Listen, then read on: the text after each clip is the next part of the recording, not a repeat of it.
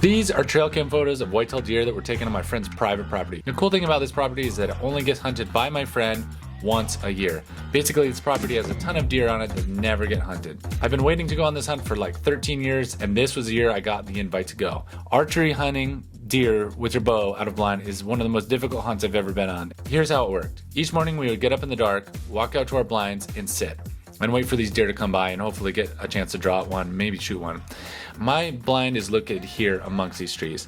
This has historically been a tremendous spot to hunt as does gather in this area, bucks come running looking for does, and during the rut, this is an incredible place to hunt. And every year my friend used to send me footage like this and just tease me about how good the hunting was on this property. And I was so excited because this was my time to go. This was my year that I got invited to go. My friend's blind was located here, about 200 yards across from mine.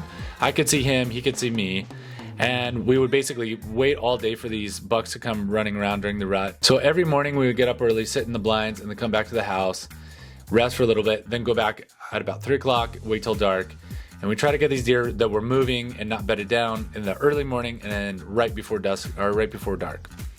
And what I'm about to show you is a recreation of a huge buck that we saw that came into bow range. And I really apologize, I don't have any actual footage of this, so you're gonna have to use your imagination for a little bit, but I couldn't manage getting actual footage of him while I was hunting here. I'm not that good at hunting, but I did get some footage and I'm just gonna recreate this, so you're gonna have to use your imagination.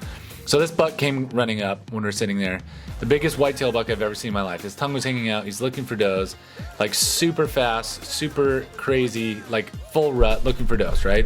So I drew my bow back. He was about 35 yards away, and he was coming in so fast that I had to stop him. So he's kind of going through these trees where I didn't want him.